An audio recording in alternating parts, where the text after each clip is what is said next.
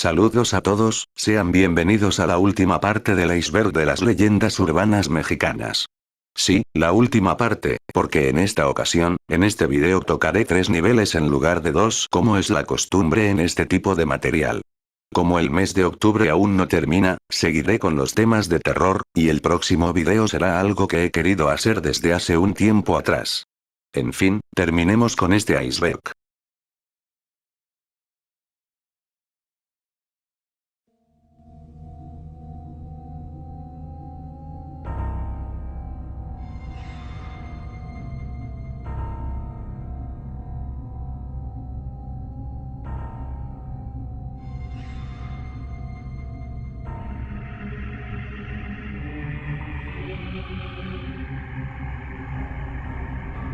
El Chewinic es una criatura fantástica que forma parte de la mitología maya.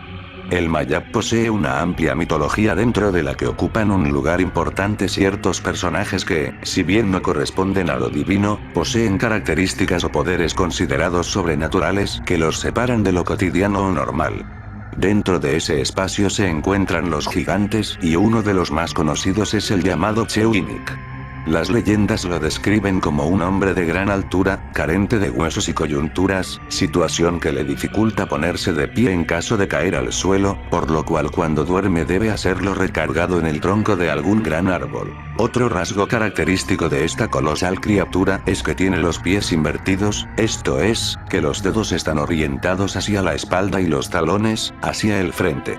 La alimentación del Chewinic está constituida por carne humana. Dice la leyenda que para salvarse de él, es arrancar un par de ramas, bailar con ellas, realizar malabares y, si es posible, cantar. Lo anterior ocasiona que el gigante se ría tan fuerte, que cae al suelo y no se puede levantar. Entonces, la persona puede retirarse del sitio.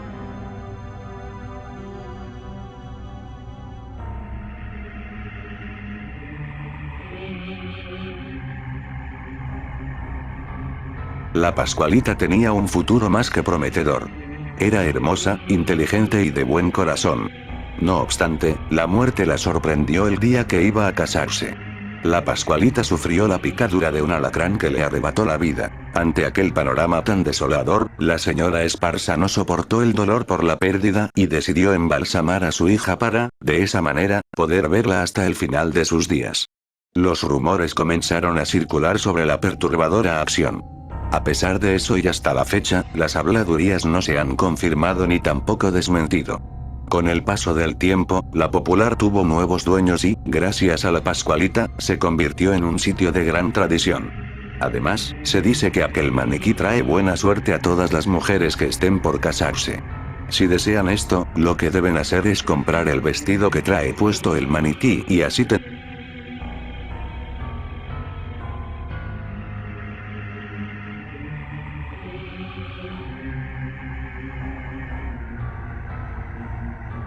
Es una leyenda que habla sobre una mujer que adopta diferentes apariencias físicas, ella le hace la parada principalmente a los taxistas para que ellos la lleven a varias iglesias de la ciudad, donde pide perdón para así poderse librar de todos sus pecados cometidos en vida. Varios taxistas aseguran que esta famosa leyenda es real, sin embargo, hay un testimonio de un hombre que es realmente escalofriante, él cuenta que la penitente se le apareció en León, Guanajuato. Un taxista dice que mientras manejaba por las calles en busca de algún cliente, se encontró con una anciana que le hizo la parada. Al entrar la mujer mayor al vehículo, el conductor se percató que la señora tenía una cara pálida y una mirada muy triste, como si hubiera llorado durante horas antes de ingresar al carro. Amablemente el taxista le pregunta hacia dónde deseaba que la llevara, y ella le indicó que quería ir al Panteón San Nicolás. La señora iba muy seria, no decía ni una sola palabra. Al llegar al cementerio, ella se bajó pidiéndole de favor al chofer que la esperara hasta terminar lo que fuera que haría, por lo que él aceptó. Al pasar el tiempo, vio a lo lejos que la mujer se iba acercando de regreso, notó que se encontraba sumergida en llanto, y al entrar nuevamente al taxi, movía sus labios como si siguiera rezando, pero en voz baja. La señora le indicaba al taxista que la llevara a diferentes puntos donde se encontraban iglesias, panteones y lugares sagrados, pero lo más curioso era que siempre al regresar de alguno de estos lugares, notaba el mismo llanto desesperado de la señora. El recorrido había durado alrededor de 2 horas, cuando de pronto, la señora por fin, le dijo al conductor que la regresara a su casa. Una vez en la puerta del hogar, la mujer desciende del vehículo, diciéndole al chofer que la esperara para ir por el dinero dentro de su casa, para así poderle pagar la cuota. Después de unos largos minutos de espera, la señora seguía sin salir, lo que provocó que el taxista se fastidiara, bajándose del carro molesto, y llamando a la puerta para que alguien saliera. Al abrirse la puerta, salió una persona a recibirlo, preguntando si necesitaba algo, a lo que el taxista respondió quejándose del comportamiento de la mujer y reclamando por su paga. La persona, asombrada de escuchar al taxista, le explica que la mujer a quien él se refería, había fallecido hace muchos años atrás, incluso le tuvo que enseñar fotos de los últimos años de vida de la anciana, para que él le creyera.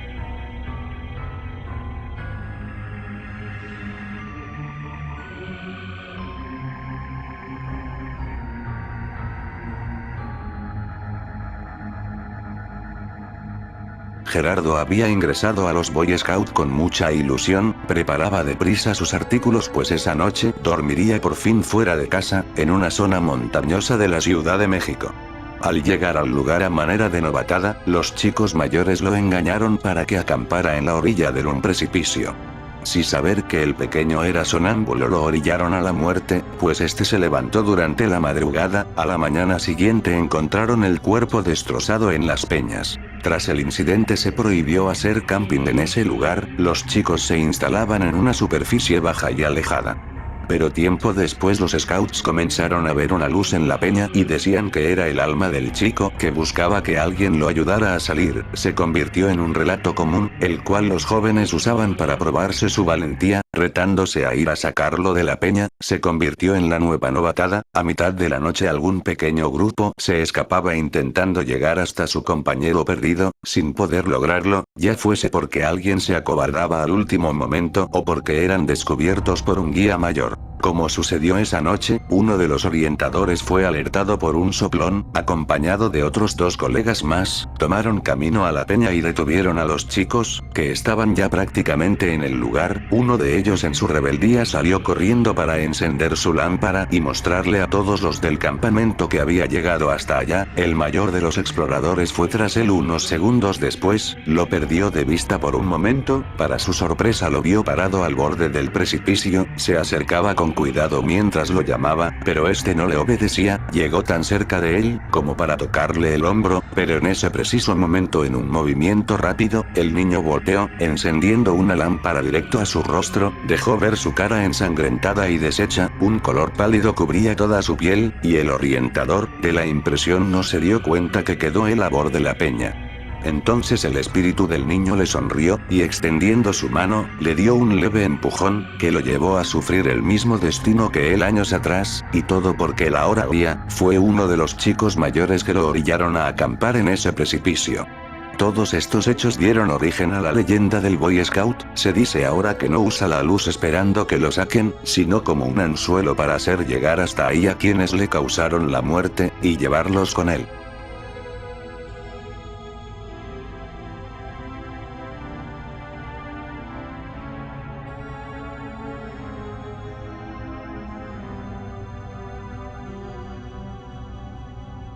Se cuenta que, en la hacienda de Coahuixtla, ubicada en la zona oriente del estado de Morelos, era un sitio hermoso, además de ser una de las más prósperas de la entidad y con mayor abundancia. En el sitio trabajaba una hermosa mujer a la que muchos hombres intentaban conquistar, sin ningún éxito, pues ella siempre se mostraba reservada y pocas veces platicaba con las personas que la rodeaban. Una tarde, cuando ya había terminado de bañarse en el río cercano a la hacienda, un hombre extraño montado en un enorme caballo negro se le acercó y al igual que el resto intentó enamorarla. Sin embargo la mujer lo rechazó. En distintas ocasiones se lo encontró mientras volvía del río y como el tipo le pareció extrañamente apuesto, además de tener mucha labia, poco a poco la fue conquistando hasta que aceptó darle el sí. Tiempo después, la mujer quedó embarazada y durante los 9 meses que mantuvo al pequeño en su vientre, fue descubriendo situaciones que la inquietaban. Se movía constantemente, por largos periodos le producía dolores insoportables, e incluso sentía que podía escuchar que el infante le hablaba. Cuando el bebé nació, la mujer notó algo diferente en él debido a que parecía estar muy atento a todo lo que ocurría a su alrededor, como si pudiera comprender lo que estaba pasando. Fue entonces que decidió bautizarlo, creyendo que con eso podría desaparecer cualquier situación extraña, así que preparó todo para el gran día y la persona a la que buscó de madrina se dispuso a llevar al niño a la iglesia. Mientras cruzaba por la zona del río en donde sus padres se conocieron, el pequeño comenzó a soltar carcajadas, produciendo terror en la mujer que lo llevaba en brazos. De repente una voz lúgubre salió del cuerpo del infante y amenazó a la madrina diciéndole voy a asesinarte. Antes de que la mujer pudiera reaccionar, perdió la vida y quedó tirada sobre el camino de terracería, repleta de extrañas mordidas en el cuerpo. El bebé, apodado el Choco, desapareció desde ese momento y nadie nunca lo volvió a ver, solamente encontraron el cadáver casi deshecho de la fémina. Por su parte, los padres también desaparecieron de manera extraña. Desde entonces cuenta la leyenda que el Choco ronda las ruinas de la hacienda y las orillas del río, en donde se le ha visto jugar con huesos, riéndose de una manera estremecedora. Otras personas señalan que lo han visto y les ha pedido que lo carguen, como si fuera un bebé abandonado, pero al momento de tomarlo los brazos les arden y cuando intentan mirar al niño, este ha desaparecido dejándoles severas mordidas.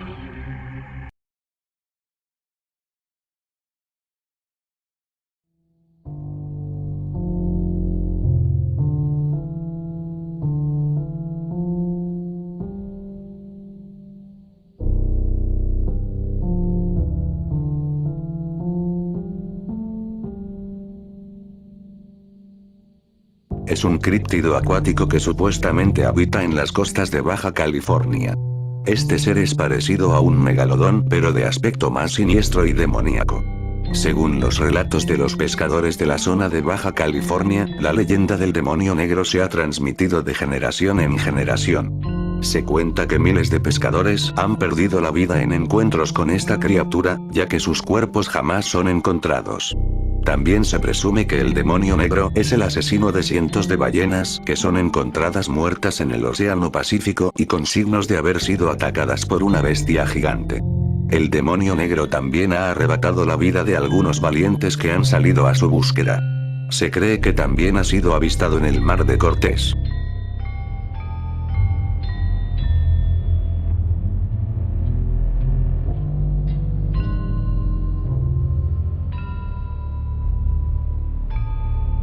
Este personaje se le aparece a quien ha elegido para conquistar su alma, causándole una conmoción que lo paraliza, impidiéndole moverse o caminar para salvarse. En quien provoca una angustia, miedo indescriptible, e incapacidad siquiera de hablar o defenderse. El sombrerón transmite en su presa descargas incontrolables de escalofrío constante a todo el cuerpo, y a quien captura en el momento le ofrece riquezas y larga vida. Quienes llegan a caer en su trampa, ceden ante los ofrecimientos del sombrerón y una vez que ha aceptado el trato los deja abandonados en sitios lejanos a donde inicialmente capturó a la persona. Se le describe como un tipo muy alto, fornido y con un traje elegante de color negro, botones de oro, botas enormes con espuelas de plata. Su rostro no se le ve con claridad porque utiliza un enorme sombrero color negro que cubre parte de su rostro y espalda.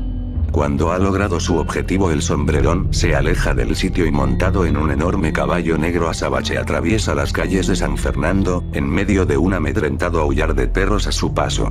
Comentan que han existido lugareños que en medio de su curiosidad intentan ver el paso de este personaje y extrañamente se aplican en los ojos, secreciones de los ojos de un perro, con el cual pueden ver los fantasmas y personajes que deambulan penando por el espacio. Sin embargo el riesgo es mortal, ya que quien llega a presenciar una visión puede quedar atrapado en esa dimensión y mostrar signos de locura o incluso terminar con un desenlace fatal. Y en este cuento los niños no están exentos del riesgo, porque quien es atrapado y ha vendido su alma al sombrerón, para liberarse de tal maldición, exige en pago el alma inocente de un niño para lograr salvarse y es el encargado de robar a infante para ofrecerlo al sombrerón. En el estado de Chiapas, se dice que es el esposo de la Tisigua, en donde además sale a seducir a las mujeres por su apariencia alta, elegante y atrayente, y su música junto con una guitarra. En el estado de Oaxaca, se le conoce como el sombrerudo. El sombrerudo, según los ancianos, es un hombre vestido de charro color oscuro que montaba a caballo por las noches para seducir a las mujeres y llevárselas para nunca más volver. También aseguran que en los campos de la ciudad aparecía para espantar a los campesinos que iban a trabajar la milpa, aunque fuera de día. Algunos también dicen que es la variante masculina de la Matlasigua. Y, a menudo, es confundido con otras leyendas como la del Catrín y el Charro Negro.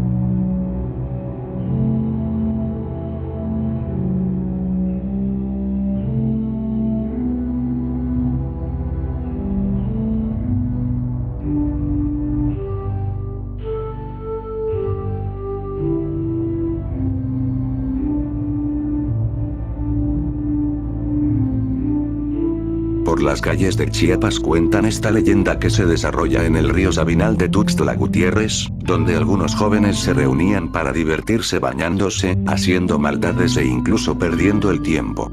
Se dice que quienes tienen la mala fortuna de encontrarse a la tisigua quedan atónitos y que se presenta en forma de la mujer que deseas. Todo comenzó el día en que un joven fue al río para prepararse con motivo de celebrar la velación del señor de Esquípulas. Su madre le alistó un cambio de vestimenta para que fuera de conquista al baile.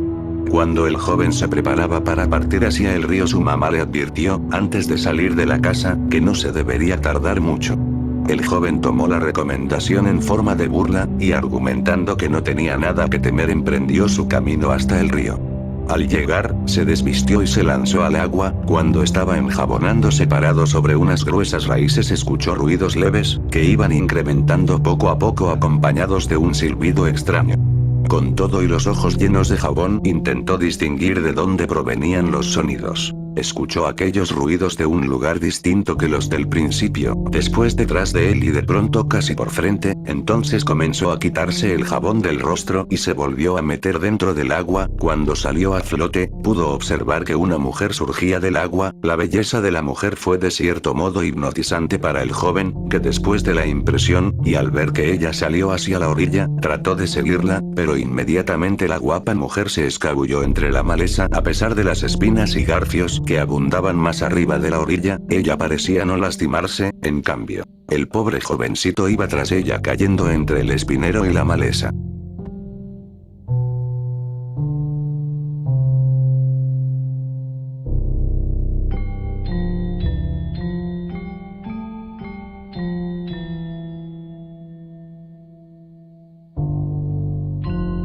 Por la noche, en algunos sitios de Tabasco, automovilistas, camioneros o motociclistas se lo han encontrado, ya que de repente el fantasma se atraviesa en la carretera o el camino, por lo que asusta a la gente. Pero en el caso de que un individuo maneje en estado de ebriedad, se cuenta que el vaquero se para y se empieza a reír, situación por la que la persona que va al volante regularmente pierde el control del mismo y choca contra un árbol u otro vehículo. En ocasiones contaban que en el día veían pasar entre los matorrales a un vaquero fantasma a carrera tendida, con el sombrero echado a las espaldas, sin que le estorbara nada a su paso.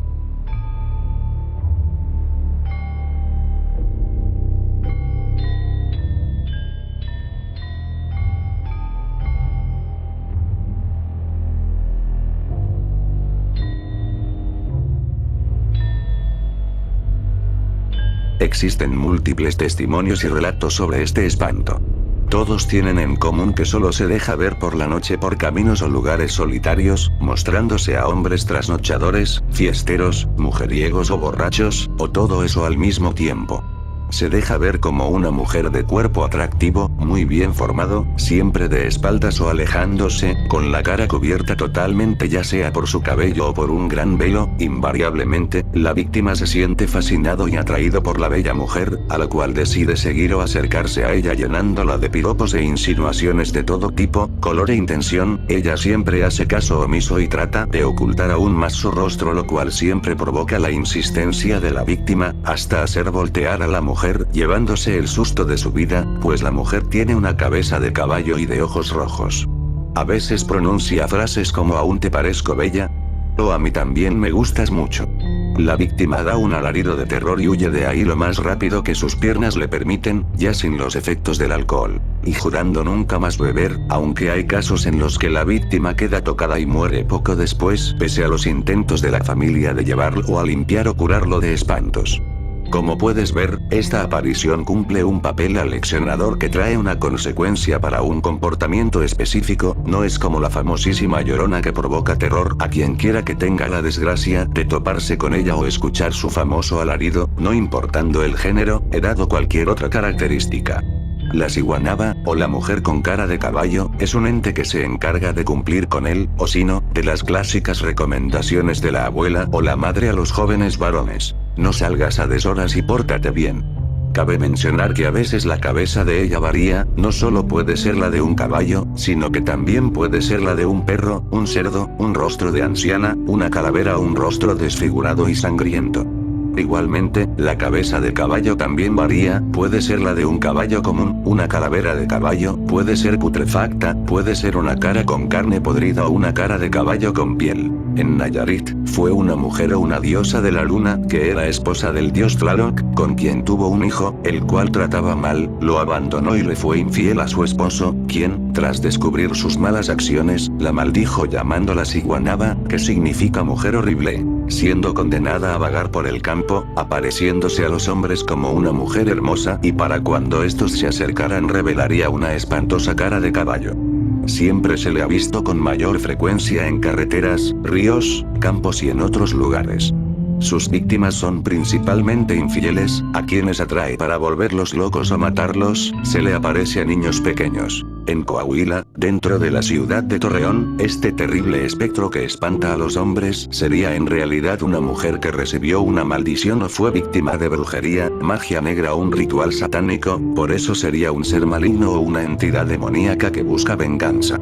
Vaga por las calles solitarias buscando hombres que se encuentren hundidos en caldo etílico, también violadores y trasnochadores.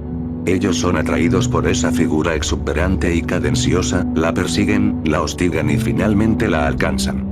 La mujer descubre su rostro, una cara desfigurada y podrida de caballo. En Nuevo León cuentan que se le ve por las carreteras de noche para castigar a los machistas, parranderos, mujeriegos, lujuriosos o a cualquier hombre que ande en malos pasos para darle muerte.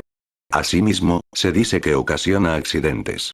Otra versión cuenta que fue una hermosa joven que recibió una maldición, convirtiéndola en este ser. Condenada a estar con su cuerpo de mujer y su cabeza de caballo.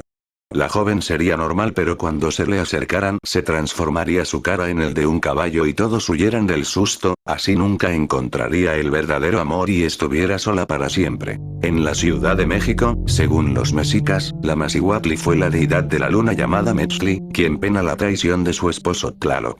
Otras versiones apuntan que fue una mujer de pésimo comportamiento, razón por la que fue maldecida por el propio esposo o por su suegro a vagar como un fantasma cazahombres.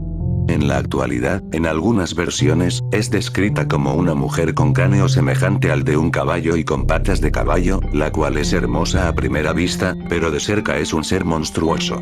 En las leyendas coloniales esta asustaba al trasnochador, al violador o la mujer que anduviera en malos pasos, llevándolos a barrancos para luego darle muerte.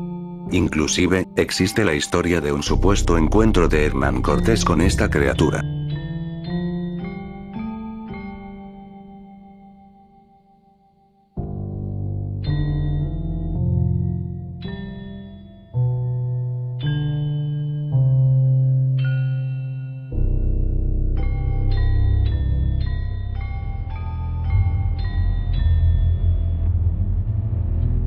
Esta leyenda nos sitúa en el actual estado de Hidalgo, cuando aún no había luz eléctrica en las casas y la población se sentía angustiada por la continua aparición de una bruja en los pueblos.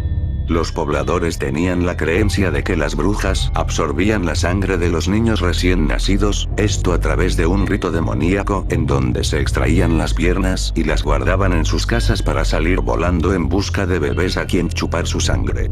Cuentan que las brujas al aterrizar en el lugar que elegían para atacar a los pequeños, generalmente lo hacían convertidas en aves, unas veces como guajolotes y otras como gavilanes. Sin embargo, lo más común era verlas envueltas de fuego, dando el aspecto de unas bolas rojas en el cielo.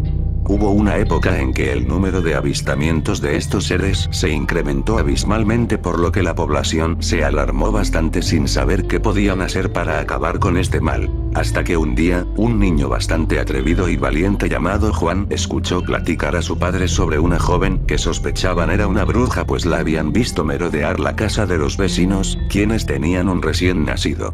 Decidido, Juan tomó rumbo hacia la choza de aquella mujer con el propósito de investigar si las sospechas de sus padres eran ciertas. Y en caso de que fuera así, robaría y escondería sus piernas mientras ella realizaba sus fechorías. El niño, al percatarse de que todas las teorías eran verdaderas, realizó lo que había planeado y huyó de la casa de la bruja antes de que fuera visto. Al siguiente día se presentó a su casa una mujer de edad avanzada que caminaba con ayuda de unas muletas, así que la mamá de Juan le ofreció asiento y al momento en que quiso ponerse de pie no pudo. Entonces le ofrecieron de comer y la mujer aceptó, aunque les pidió que la dejasen sola excusando que se sentía cansada, aunque realmente sus intenciones eran arrastrarse para buscar sus piernas. Los papás de Juan acordaron dejar descansar por una noche a la señora, ya que les había inspirado lástima y confianza, pero Juan, un tanto desconfiado, se ofreció llevar la cena a la habitación que habían designado a la mujer, y cuando llegó al cuarto, cerró con llave y rápidamente de sus bolsillos sacó una caja de alfileres con los que clavó la falda de la mujer para inmovilizarla y vertió agua bendita a la sopa para que la bruja no pudiera comer. Al ver sus planes fallidos, la anciana, con hambre y sin poderse mover, confesó todo a los padres del niño y les pidió que les dieran sus piernas.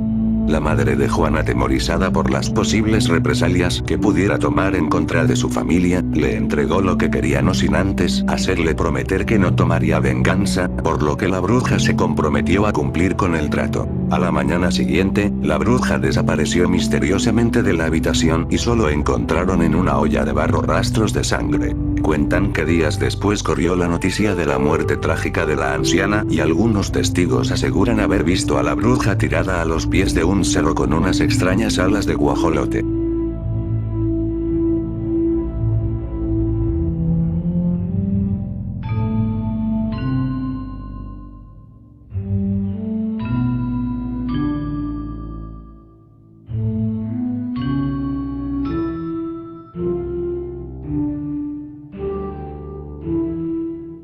Es el nombre que recibe esta maligna entidad.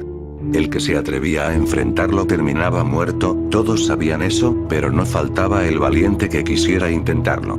El espíritu de Tezcatlipoca se alimentaba del susto de las personas y cuando se encontraba aburrido, visitaba el mundo de los vivos haciéndose llamar Yoaltepuztli, a quien popularmente le empezaron a llamar Hacha de la Noche. Espantaba a todo aquel que se le cruzara en su camino. Aquella persona que lograra verlo y se acercara lo suficiente como para tocarle su corazón saliente y palpitante era merecedor de algún favor o deseo. La mayoría palidecía de miedo al verlo, caían desmayados o salían corriendo, pero eran alcanzados y asesinados por Yoaltepuztli. Por ello eran los que pudieran arrancar con sus manos el corazón de este demonio podían pedir su petición. Lo interesante de Yoaltepuztli es que solo si él consideraba que lo merecía por ser personas honradas y con gran coraje, le otorgaba la buena fortuna y, si no, por determinar cobardía o hipocresía, le daba todo lo contrario. Tezcatlipoca, disfrazado de este demoníaco ser, ofrecía a cambio de su libertad puntas o espinas de maguey, las que simbolizaban fortuna, fama y gloria. Los que regresaban a casa con más de 3 o 4 espinas, eran reconocidos por su valentía y recompensas por enfrentarlo. Algunos hombres lograron sobreponerse al miedo, ser captores del ser de la noche y no lo soltaban hasta que les entregaba las espinas. Tezcatlipoca, dios y representación de la belleza, la guerra y la tentación, tuvo varias representaciones también como humano. La historia de Yoaltepuztli fue poco a poco olvidada, tal vez por el terror que causaba entre su gente o por toda la mezcla cultura que llegó con la conquista, arrasando lo que se conocía como parte de las raíces culturas prehispánicas, pero las historias aún pueden prevalecer a través de la palabra de sus pueblos, pues con uno que la recuerde puede contarla y así no se olvidará jamás.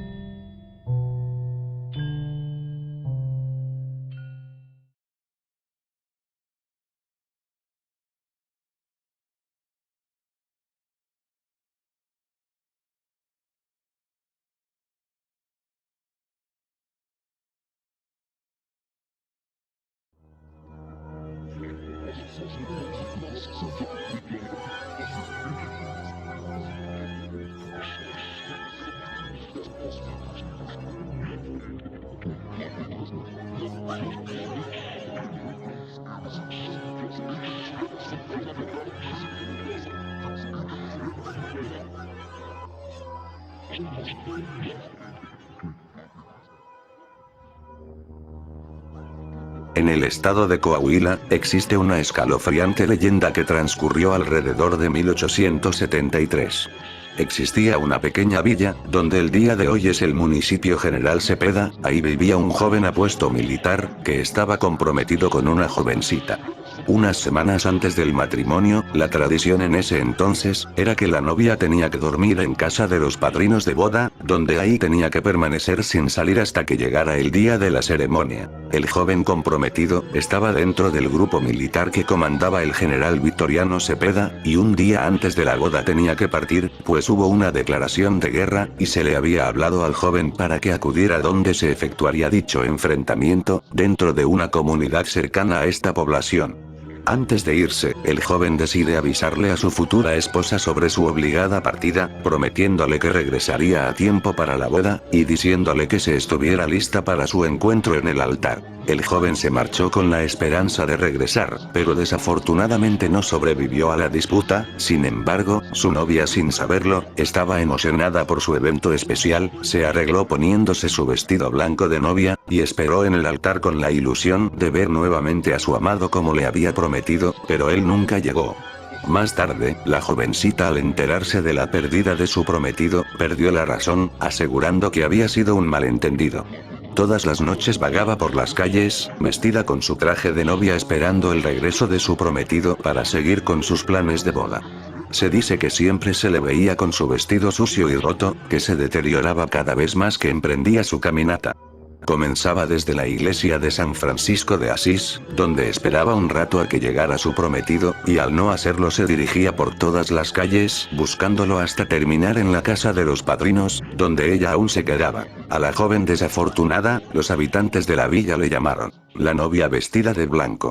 Y así duró durante muchos años hasta fallecer la joven triste, y aunque el cuerpo de la muchacha dejó de existir, muchos aseguran que su espíritu sigue vagando por las calles con la esperanza de volver a ver a su prometido.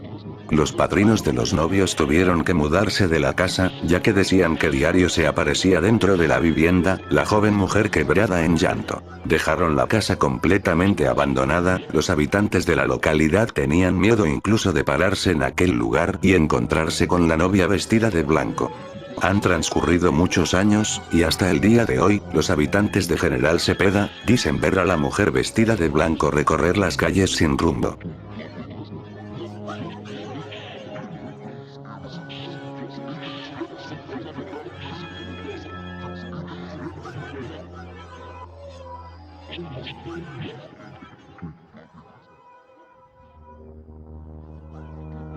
Cuenta la leyenda que este japonés en México tenía un puesto de películas piratas en el Chopo entre 2004 y 2007, y que incluso vendía DVDs de calidad de películas que ni siquiera estaban anunciadas. Algunas personas lo vieron levitar muy tranquilamente e incluso podían encontrarlo en dos lugares a la vez. Pero un día simplemente desapareció y nadie supo jamás qué fue de él.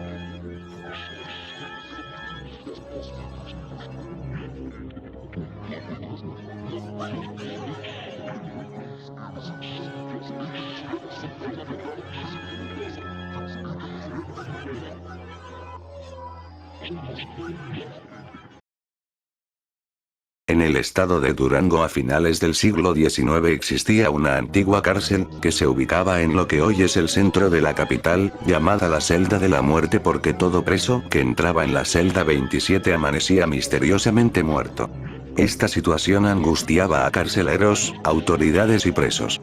La decisión que se tomó fue que en este lugar se encerraran solo a los presos peligrosos, ya que de esta manera serían doblemente castigados y a su vez serviría de lección para otros criminales. Fueron muchos muertos, motivo que generó que a este lugar se le viera como la celda maldita. Los habitantes de Durango decían que la causa era que en las noches entraba un espectro y tomaba a los presos para estrangularlos. Otros aseguraban que el ambiente de la celda estaba envenenado y unos cuantos rezaban porque decían que la celda era visitada por el diablo. Las autoridades ofrecieron que el preso que descubriera lo que pasaba, se le daría su libertad. Año de 1884, en la hacienda de la Cacaría, trabajaba Juan, un joven alto, moreno y robusto. Le llamaban Juan sin miedo porque era un hombre valiente. En una ocasión llegó a la ciudad un perro rabioso, motivo que hizo que la población se alarmara y cerrara todas las puertas de sus casas. En la escuela del pueblo, el profesor no supo del peligro y les dio salida a los niños y niñas justo cuando el perro estaba allí. Juan, al mirar la intención agresiva del perro, sacó una escopeta para matarlo y al disparar, la bala atravesó el corazón de la señora Elvira, quien pasaba por el lugar. Juan fue encarcelado y tuvo que pagar por el delito 20 años en prisión. Después de 7 años de cárcel, las autoridades ordenaron que Juan sería condenado a la celda de la muerte. Aunque se decía que la verdadera razón era que el dueño de la hacienda quería a Juan muerto para quitarle a su prometida, que se llamaba Guadalupe. Cuando el director de la penitenciaría le preguntó a Juan: ¿cuál es tu última voluntad? El sentenciado a muerte contestó: un banco, una docena de velas de cebo grandes y una caja de cerillos. Cumpliendo con su petición, lo encerraron en la celda de la muerte. El hombre, con mucho miedo y nervios, prendía las velas en el momento que sentía una presencia extraña. Las horas parecían siglos, y hora tras hora contaba las campanadas que daba el reloj de la catedral. Cuando ya el temor lo vencía y la vela se apagaba, la prendía nuevamente y veía con atención a su alrededor. ¿Cuál fue su sorpresa al ver un enorme alacrán de unos 30 centímetros de largo, que pronto se ocultó en su madriguera? Tomó los cerillos y apagó la vela, permaneciendo en silencio y dejando transcurrir el tiempo.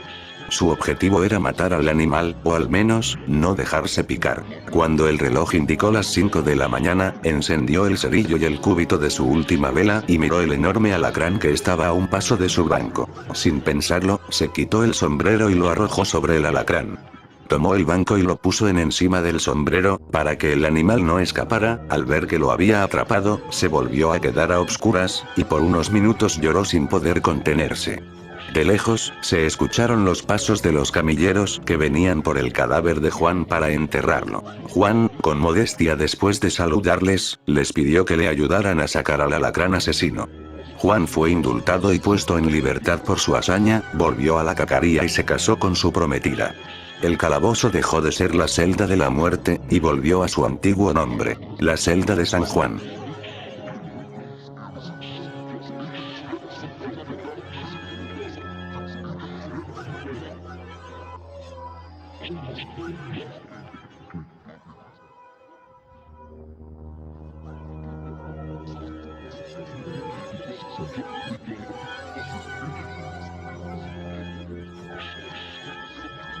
Unos leñadores que tenían un trabajo ilegal, acamparon en el bosque, porque solo de noche podían trabajar a la tala de árboles. El Cuatlacoas, una bestia enfurecida que es guardián de los árboles, los miró con furia por invadir su territorio. Los hombres le disparaban pero las balas no le hacían nada. Enfurecida, la bestia destrozó el camión lleno de troncos. Después de trabajar toda la noche, amarraron bien los troncos al camión, encendieron una fogata para descansar, y esperaron a que amaneciera para regresar a la ciudad. Pasaron unos minutos en silencio y se volvieron a escuchar los rugidos cada vez más fuertes y cerca. Algunos leñadores se armaron de valor y fueron a investigar y se alejaron de la fogata. Se empezaron a escuchar fuertes ruidos, como que alguien derribara árboles. Como era de noche y llovía, no se oía claro de dónde venía ese estruendo. Un relámpago iluminó el cielo, todos vieron al imponente Cuatlacoas. El monstruo enfurecido derribó todo a su paso. A unos metros estaban los leñadores, los miró con furia como reclamando haber profanado sus dominios. El extraño ser arrancó con sus manos un árbol que levantó sobre su cabeza, lo arrojó al camión y aplastó toda la cabina. Rugía con fuerza. Los aterrados leñadores empezaron a dispararle a la bestia nuevamente, pero las balas no le hacían ningún daño. Corrieron despavoridos abandonando la carga. Se escuchaban los rugidos del Cuatlacoas y los golpes que le propinaba al camión aplastado. Corrieron hasta la carretera, encontraron a los guardias forestales y no les creyeron. Posteriormente fueron arrestados. Los guardabosques fueron a inspeccionar, y no encontraron ninguna huella del Cuatlacoas. Vieron el camión destruido sin ningún tronco. Nunca les creyeron la historia. Se cuenta que hay gente que dice que escucha los rugidos del temible Cuatlacoas, que es un guardián que protege el bosque, solo ataca al que va a talar árboles.